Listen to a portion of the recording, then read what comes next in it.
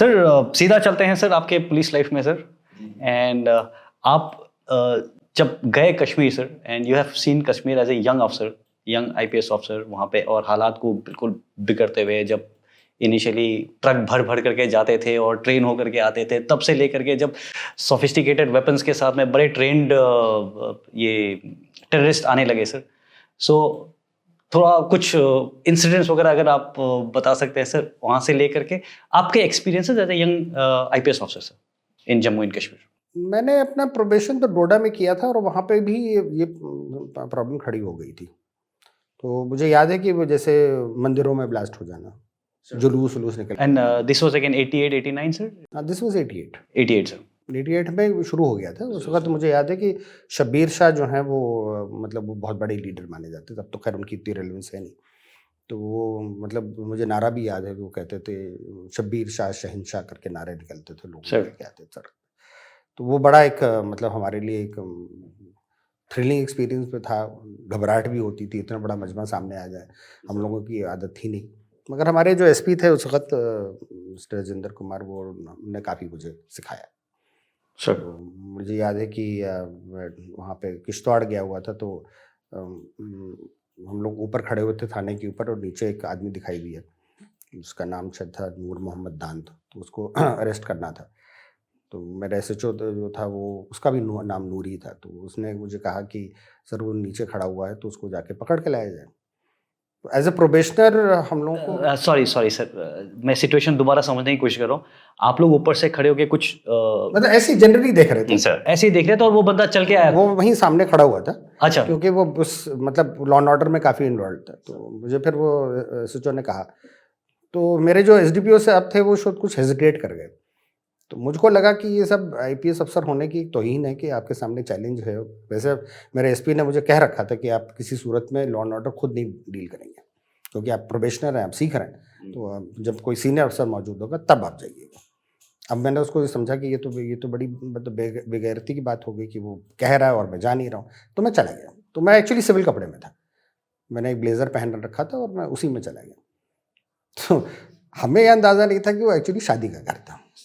और जो ही हमने उसको पकड़ा, वो घर भर की औरतें और मर्द वो सब निकल के आ गए। किसी के हाथ में कलछली थी, किसी के हाथ में कुछ और था, वो सब हम पर हावी हो गए, और उन्होंने उसको एसएचओ को पकड़ लिया, पकड़ के उसको घर में घसीट के ले गए। तो जब घर में घसीट के ले गए तो उसको मैंने अपनी तरफ से खींचना शुरू किया। तो एक बड़ा अजीब सा मतलब मज़ाहिया माहौल बन गया। Very funny situation. वो सीढ़ी के नीचे से वो औरतें उसको खींच रही हैं, ऊपर से मैं खींच रहा हूँ। फिर अल्टीमेटली वो एक आदमी आया सामने जो थोड़ा सा हट्टा कट्टा भी था, तो उसे पकड़ने के लिए, तो उसको फिर मैंने घूंसा उसके नाक पे मारा। तो उसने छोड़ा, तो फिर मैं एसएचओ को बाहर लेके आ गया। फिर उन्होंने पत्थर मारने शुरू किए, तो फिर खैर फोर्स आ गई, तो हम कवर होकर फिर हम पीछे चले गए। तो मेरा एक्चुअली लॉ एंड ऑर्डर के साथ मतलब वो पहला एक तरीके से डायरेक्ट एक्सपोजर था। मोबाइल फ़ोन थे नहीं, टेलीफोन लाइंस काम नहीं करते थे। फिर वायरलेस के ऊपर मेरे एसपी ने मुझे बुलाया, वो डोडा में बैठते थे, इंसिडेंट भदरवा में हुआ था। तो जब उन्होंने बुलाया तो मेरी बहुत ज़्यादा डांट लगाई कि वो किसने कहा था कि तुम जाओ उसमें घुसने के लिए, करने के लिए। तो खैर उस वक्त तो मैं कुछ बोला नहीं। उन्होंने मीटिंग में जब उन्होंने बुलाई तो उसमें गए थे, तो मुझे मीटिंग में भी डांट लगाने लगे। तो मैं चुप करके सुनता रहा। फिर वो जब चुप करके ले गए साथ में अपने घर खाना खिलाने के लिए, तो बाकी सबके लिए कहा कि आपके लिए जो खाना है वो वहाँ पे डाइनिंग हॉल में है, मुझे साथ में ले गया। तो अपनी वाइफ से उन्होंने कहा कि इसकी डांट पड़ी है आज, तो तुम खाना खा। मैंने हंस के कहा, मैंने कहा सर वो डांट मेरे लिए नहीं थी, वो डांट तो उस अफसर के लिए थी जिसको जाना चाहिए था, वो गया नहीं। तो कहता तुमने बात तो बड़ी सही पकड़ी। मैंने कहा मैं समझ गया था आपकी डांट से कि वो डांट मेरे लिए नहीं थी, मगर वो इनडायरेक्टली उनको डांट रहे थे कि तुमने एक प्रोबेशनर को अकेले घसीटा। मैं इसमें ये भी हाईलाइट करना चाहता था, this is a lesson in leadership sir, कि जो आपके जो सीनियर थे उन्होंने रियलाइज़ किया कि आज मैंने इनको डांटा है, और फिर मैं ले जा करके प्यार से पुचकारूँ भी, घर पे खाना भी खिलाऊँ। नहीं, उन्होंने मुझे काफ़ी कुछ सिखाया, बहुत प्यार से रखा था। आज भी हमारा उनके साथ मतलब घर जैसा ही रिश्ता है। सर आर्मी जैसे जब हालात ख़राब हुए कश्मीर में, तो जनरली आर्मी हर जगह अपने पोस्ट के अंदर होती है या गैरिसन के अंदर होती है, बट पुलिस का जो काम है सर वो बिल्कुल सिविलियंस के साथ मिला हुआ है। आप वहीं रहते हैं, जो पुलिस आपके एसआई हैं या जो जवान हैं वो उन्हीं मोहल्लों में उन्हीं के साथ उनका घर है, और वो वहीं पे ड्यूटी करेगा और वापस उसमें जाएगा। तो जब ये माहौल ख़राब होना शुरू हुआ सर, तो किस तरह की प्रॉब्लम्स आ रही थी वहाँ पे? बिकॉज फोर्स तो सर ऑपरेट करती है और वापस अपनी पोस्ट के पास चले जाती है। तो डेमोग्राफिक अप्रोच हम लोग का होता है, इसलिए पॉपुलेशन के अंदर घुसना ज़रूरी है। अब क्या हुआ था कि जम्मू कश्मीर के अंदर, खासतौर से कश्मीर वैली के अंदर जो शुरुआती दौर था उसमें एक तरीके से हम कहेंगे कि एक अपसर्ज था। अब वो क्यों पैदा हुआ और उसकी वो क्यों पैदा होने दिया गया, ये एक अपने आप में एक बड़ा सवाल है। मगर वो वहाँ पे अब देखिए पुलिस जो है वो पॉपुलेशन से ही उठ के आती है, जिसमें उसके बहुत सारे एडवांटेजेस होते हैं, फायदे होते हैं। मगर जब वो पॉपुलर अपसर्ज हुआ तो समाज के खिलाफ जाना जो है उनके लिए बहुत ही मुश्किल हो गया। मगर ये चीज़ मैं ज़रूर कहूँगा कि शुरुआती दौर में जम्मू कश्मीर पुलिस भले ही डर गई होगी, सहम गई थी, टाइम लगता है, मगर ये कि वो बागी नहीं हुए। यस, वो बड़ी चीज़ है। तो ये एक चीज़ हमको उस फोर्स के बारे में हमेशा याद रखना चाहिए, क्योंकि बहुत सारे लोग, मेरे अभी हाल में ही मेरे जैसे कज़न से मेरी बात हो रही तो कह रहे थे यार उस दौर में तुमको तो ये भी नहीं पता होगा कि मैं अब किस पे भरोसा करूं, क्योंकि तुम्हारी फोर्स तो सब वहीं की थी। मैंने कहा ये आपको बहुत बड़ी गलतफहमी है। मैंने कहा ये बहुत बड़ी गलतफहमी है। मैंने कहा वो फोर्स जो है वो शुरू से ही लॉयल रही, और हम लोग जब गए थे वहाँ पे 89-90 में हमारे PSO सब वही थे, और वो हमारे एक सीनियर अफसर थे, उनके ऊपर अटैक भी हुआ था अनंतनाग में, तो बचाने वाले उनको अपने फोर्स के लोग थे। एक ने तो बल्कि उनके ऊपर लेट के और गोलियां अपनी पीठ पे खाई, और एक की तो डेथ ही हो गई। तो उस तरह की लॉयल्टी जो थी वो उनमें थी, मतलब अपने अफसर को बचाते थे, वो अपने कोशिश करते थे। मगर वो जो एक्टिव पार्ट था वो उनके लिए मुश्किल हो रहा था, जो 1-2 साल के अंदर ठीक हो गया।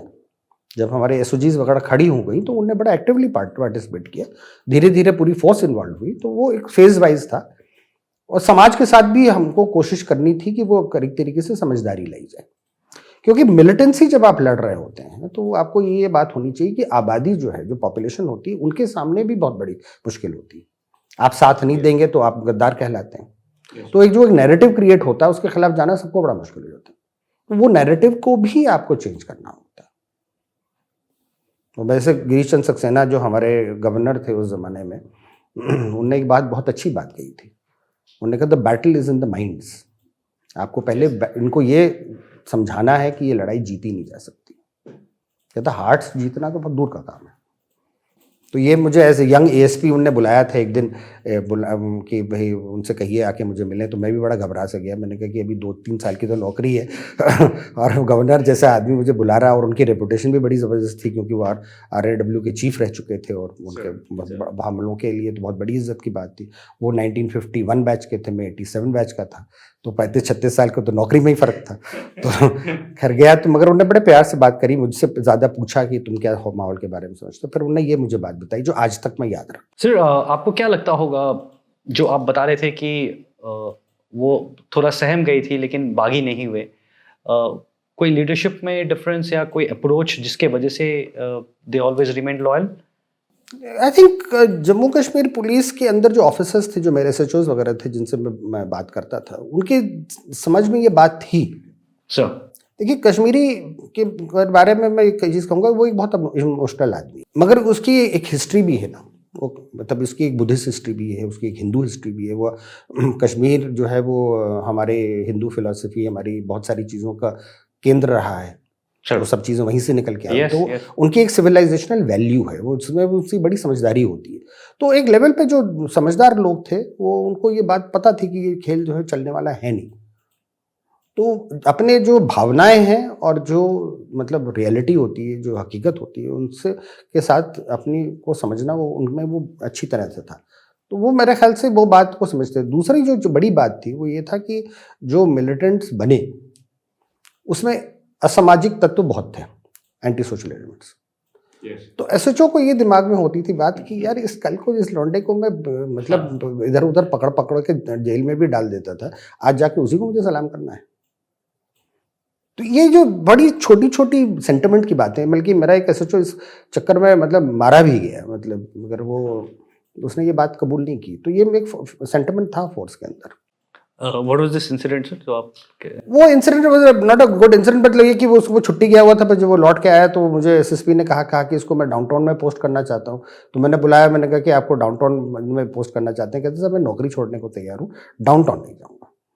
फिर वो एक गलत फहमी में बडगाम डिस्ट्रिक्ट का रहने वाला, तो वहाँ पे फिर वो मारा गया, मगर वही बेसिकली क्योंकि छुट्टी पे था तो वी गॉट किल्ड। बट ये कि वो ड्यूटी पे इसलिए आने को तैयार नहीं था, उसने कहा कि जावेद नलका को मैं हमेशा अंदर करता रहता था, आज जाके उसी को सलाम करूँगा क्या? तो कहता मुझसे ये नौकरी मुझसे ना हो पाएगी। तो ये भी थी फीलिंग। और एंड जावेद नलका वाज वो JKLF का एक लीडर हुआ करता था, नलका नाम था इसलिए वो ही वाज अ प्लम्बर। जय हिंद। आई होप आपने इस क्लिप को एंजॉय किया है।